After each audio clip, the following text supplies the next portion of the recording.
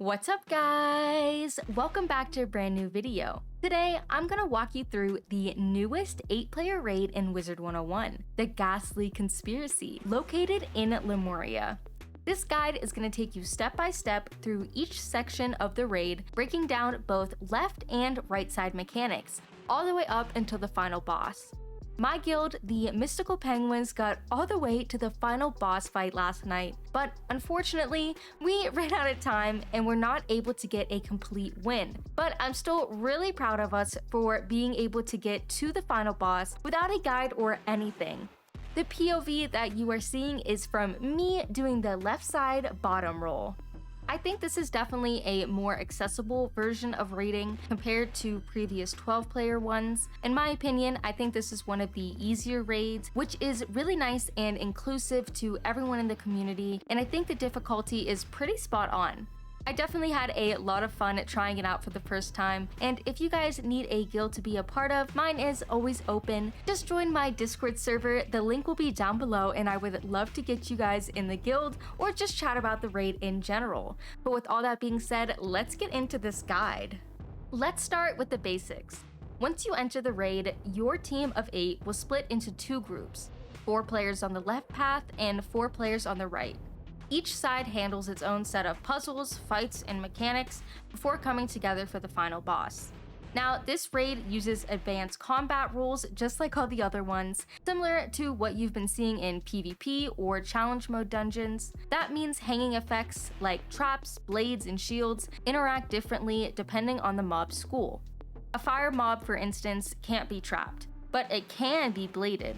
And mobs in this raid also counter auras, so pay attention to what you're casting and who you're fighting.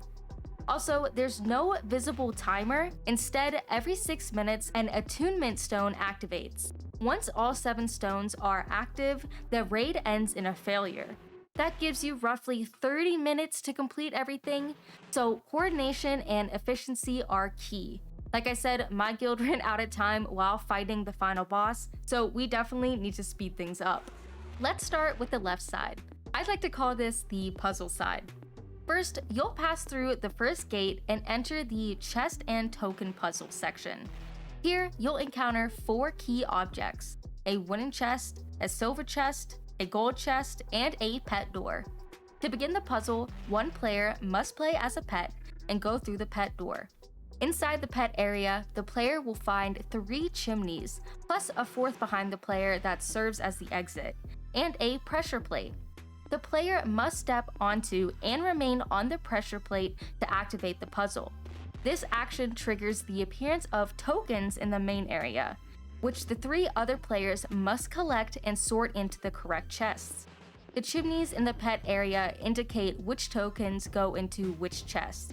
The left chimney corresponds to the silver chest, the middle to the gold chest, and the right to the wooden chest. Each chimney also displays a number showing how many tokens are required for its corresponding chest. The tokens in the main area summon randomly and may not match the puzzle. The player in the pet area can re-step on the pressure plate to roll a new summon tokens in the main area. Successfully filling all 3 chests will complete 1 trial. The team must complete 3 trials to advance to the next section. The 4th chimney in the pet area will have spiral tokens marking how many trials there are left to complete.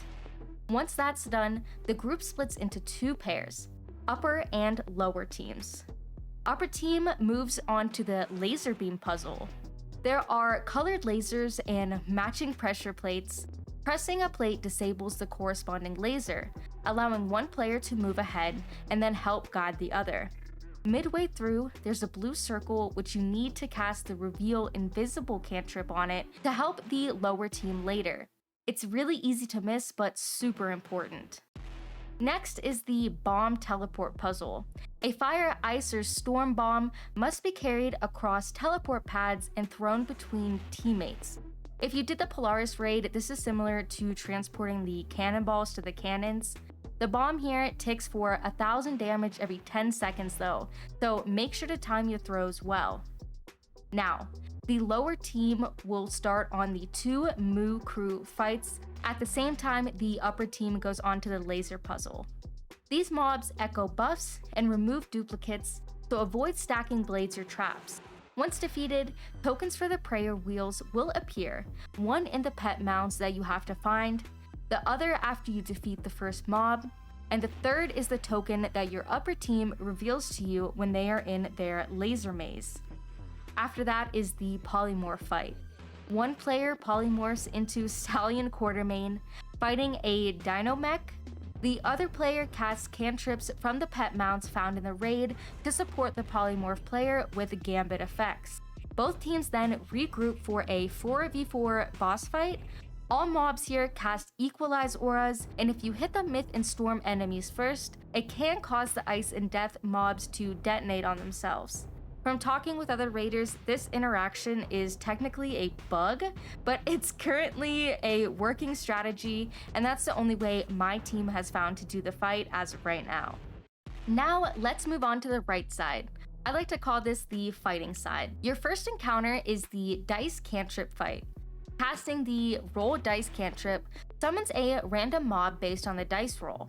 You'll face pairs of enemies like Thuggy Ambushers or Wayward Dinos, and each fight only allows one type of hanging effects.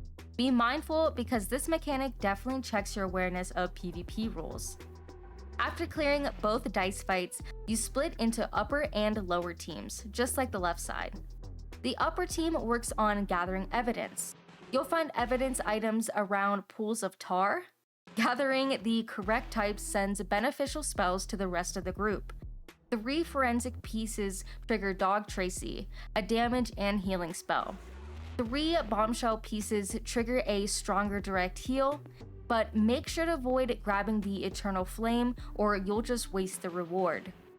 After that, they'll tackle the bomb puzzle, where you throw a firebomb into a hole to progress, just like on the left side, but just remember to be careful with the ticking damage. The lower team at the same time handles a series of 1v1 mob fights. These include tricky enemies like the Kitty Criminal, who starts with 7 hots and can only be buffed once at a time, and the Hacked Automation, who casts Lord of the Jungle every round. It's intense and you need tight timing to pull it off cleanly. The section ends with 2 2v2 fights, and then both sides regroup once more.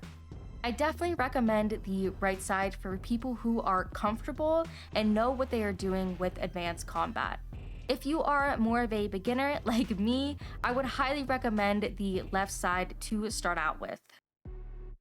With both sides now reunited, it's time to activate the touchstones. 1 stone for every school that is in your raid spawns around the map, and each player needs to activate the one that matches their school. If you have multiple of a certain school in your raid, there will be separate touchstones for the same school. Make sure everyone magic touches their correct school and their own touchstone. 2 people cannot magic touch the same one. This mechanic gates the final boss fight, so make sure your entire team is alive and coordinated. Once all the touchstones are activated, the gate drops and then you face the final boss, Mr. Ghastly. This fight features polymorph mechanics and spell counters. Mr. Ghastly gives out a special card that can be used to interrupt his transformation and make him vulnerable. Unfortunately, my guild was not able to completely finish this fight, but once we do, I will be sure to make a video of everything I learned from that fight as well. But the final boss fight is a 4v2, with the remaining 4 players helping out getting additional buffs for the Vanguard team, sort of like how Beast Moon works. So all in all, as a recap, make sure to assign upper and lower teams before entering the raid. Communicate clearly, especially during token puzzles and polymorph fights. Bring reveal invisible cantrips for mid-stage interactions. Time your bomb passes carefully to avoid unnecessary deaths. And always hit your touchstone before Mr. Ghastly.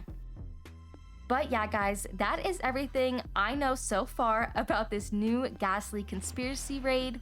Like mentioned earlier, if you are looking for a guild to be a part of, join my Discord server. The link for it will be down below and I would love to have you guys. But yeah, that is really going to be it for me. I love you guys so much. Thank you so much for watching, and I'll see you guys in the next one. Bye!